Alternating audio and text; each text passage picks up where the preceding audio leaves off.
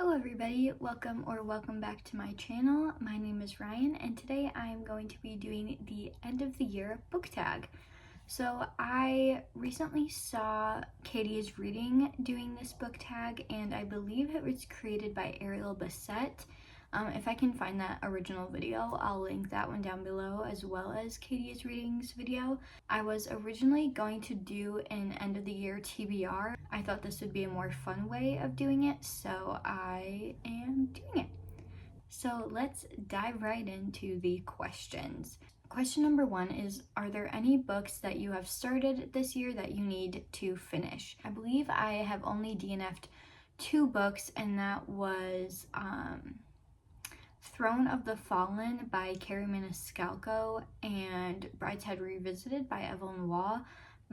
Two totally different books. I only started Throne of the Fallen last month and I thought I would get into it a lot quicker, but it's very long. I think it's over 500 pages and I just wanted to get to other books, so I put that one down. I wasn't enjoying it too much, so I just decided to DNF that one. And then Brideshead Revisited, I read that around I think June or July, maybe August, September, somewhere around there. And it is a classic. I believe it was written in the mid 1900s, maybe early 1900s, and it was just very dense. I wasn't enjoying it too much, so I put that one down as well. With the books that I DNF, those are relatively final and I don't plan on picking those 2 books up at least this year any longer, but maybe next year or a few years later along the line I will pick those ones up. So far I don't have any books that I've started that I would like to finish by the end of the year, which I think is good.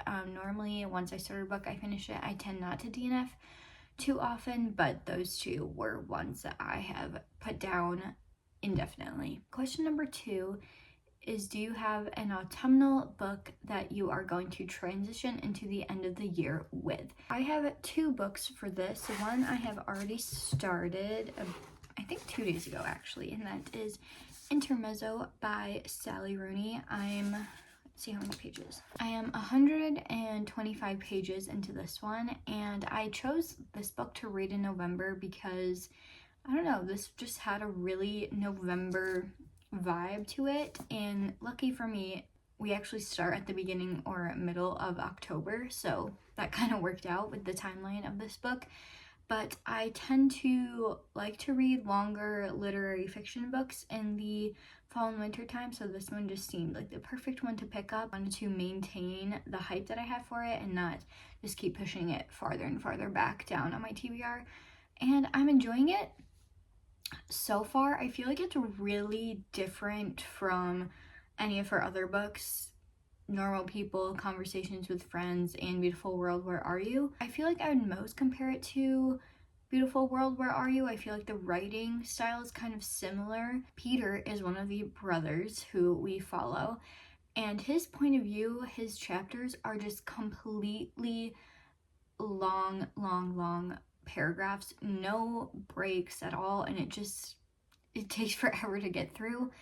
And so I'm not enjoying that too much. I think the writing style is obviously very Sally Rooney, of course, because it is her own writing, but whenever I start reading a book by her, you can just tell that it's her. It's very straightforward, but in a way also kind of meandering, where she goes on these big tangents about life and like the minute details of life. So it's obviously very Sally Rooney, but so far I'm liking it. I definitely like Ivan's chapters more than Peter's, but maybe that will change. Maybe I'll like them equally, who knows. But yes, this is the first book. So the other book I have that I want to transition with into the end of the year is Hamnet by Maggie O'Farrell. For one, I'm frustrated that I haven't read this book yet because it came out, I believe, like 4 or 5 years ago, and 2, I love reading historical fiction in the fall and winter time. In this book, Shakespeare is never mentioned, so it takes that spotlight off of him and puts it onto his wife, and I think possibly daughter or daughters and other kids. And I'm just really looking forward to getting to this one. I think Maggie O'Farrell's writing style is going to be super up my alley, and I love Shakespeare, so I'm very looking forward to getting into this one. Question number 3 is, are there any new releases that you are still waiting for? No. I would not say that I have any really exciting new releases that I'm waiting for. I wrote down a few, but these aren't like at the top of my TBR. Like once they come out, I don't think I'm going to be getting them immediately. But some that I have on my radar, one is Time of the Children by Niall Williams, and this one comes out November 19th. And let me read you a synopsis on my laptop here. So, Time of the Children is set in the Advent season of 1962 as a town in Ireland readies itself for Christmas. Ronnie and Dr. Troy's lives are turned upside down when a baby is left in their care. As the winter passes, father and daughter's lives, the understanding of their family, and their role in their community are changed forever. So I love that this book is set during the Christmas time. I think that's super fun. I love books set in Ireland. I love books written by Irish authors. And I'm just very looking forward to that one. However, like I said, it's not going to jump to the top of my TBR once it comes out.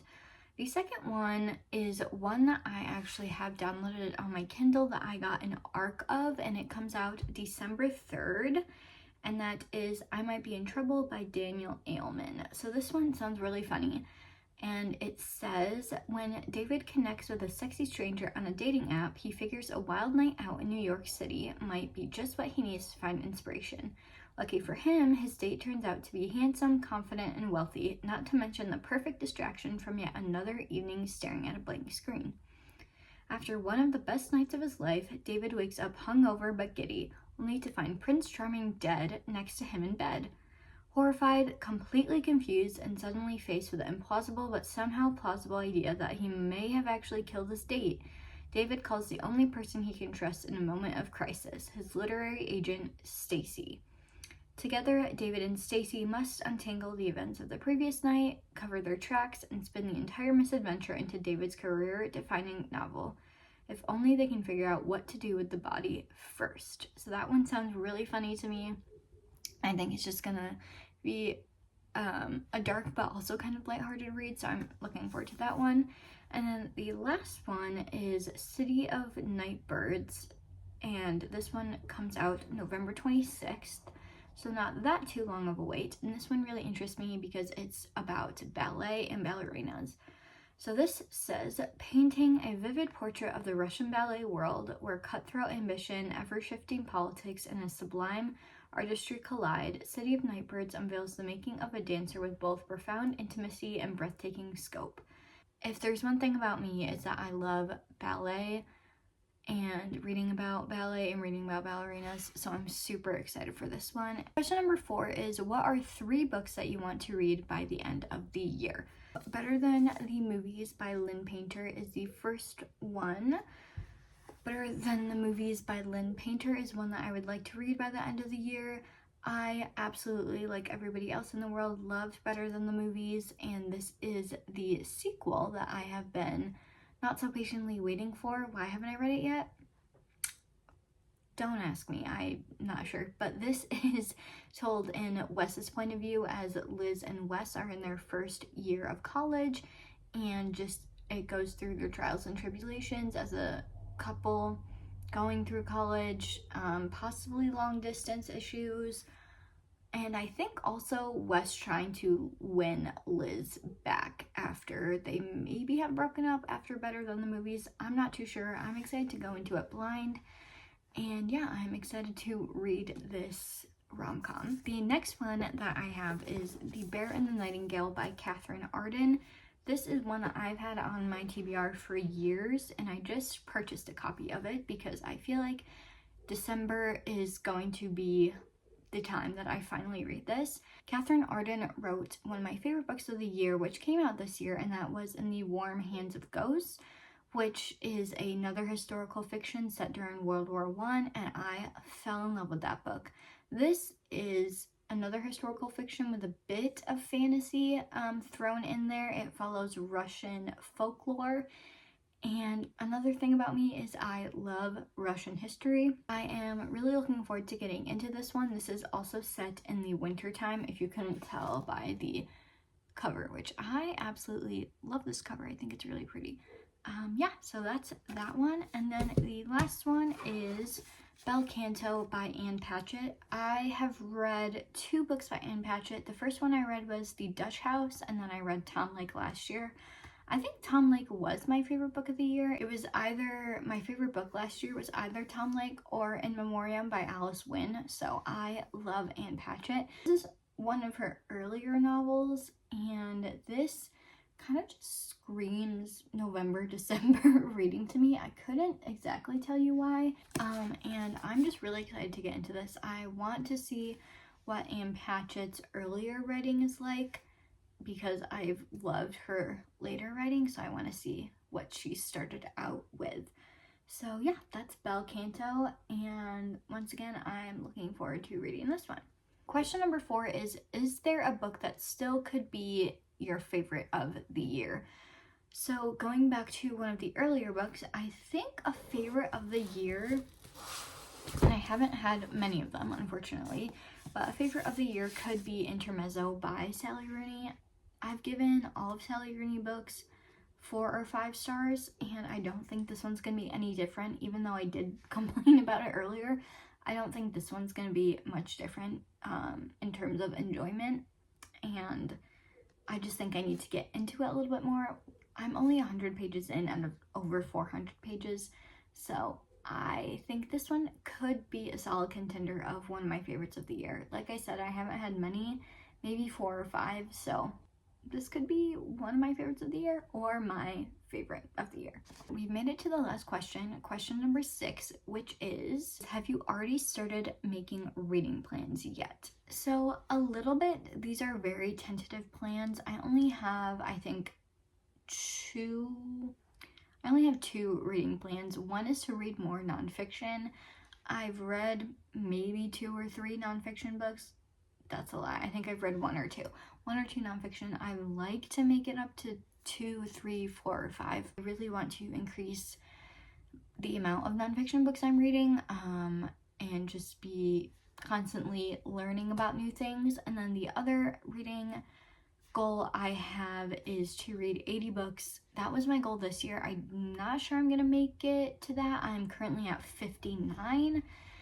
So if I read like over 20 books in these next 2 months, then I'll reach it, but I don't really see that happening. So I'm hoping that next year I can reach that goal of 80. Other than that, I don't have any strict reading plans. Those are just the 2 tentative ones. I might lower the goal to 75, but we will just have to see. That finishes the tag. Here, I guess, is my kind of tentative end of the year TBR. Tentative end of the year TBR if I don't drop every single one. I'm pretty happy with this. I don't think it's unachievable. So we're just gonna cross our fingers that I do read every single one of these and hopefully like or love every single one of these. And we're gonna put that down now before I drop it. So thank you so much for watching this video. I hope you enjoyed the tag. Please comment down below your end of the year TBR. I love to see which books you guys are planning on reading for the rest of the year. And once again, I hope you guys enjoyed this video, and I will see you all in my next one. Bye!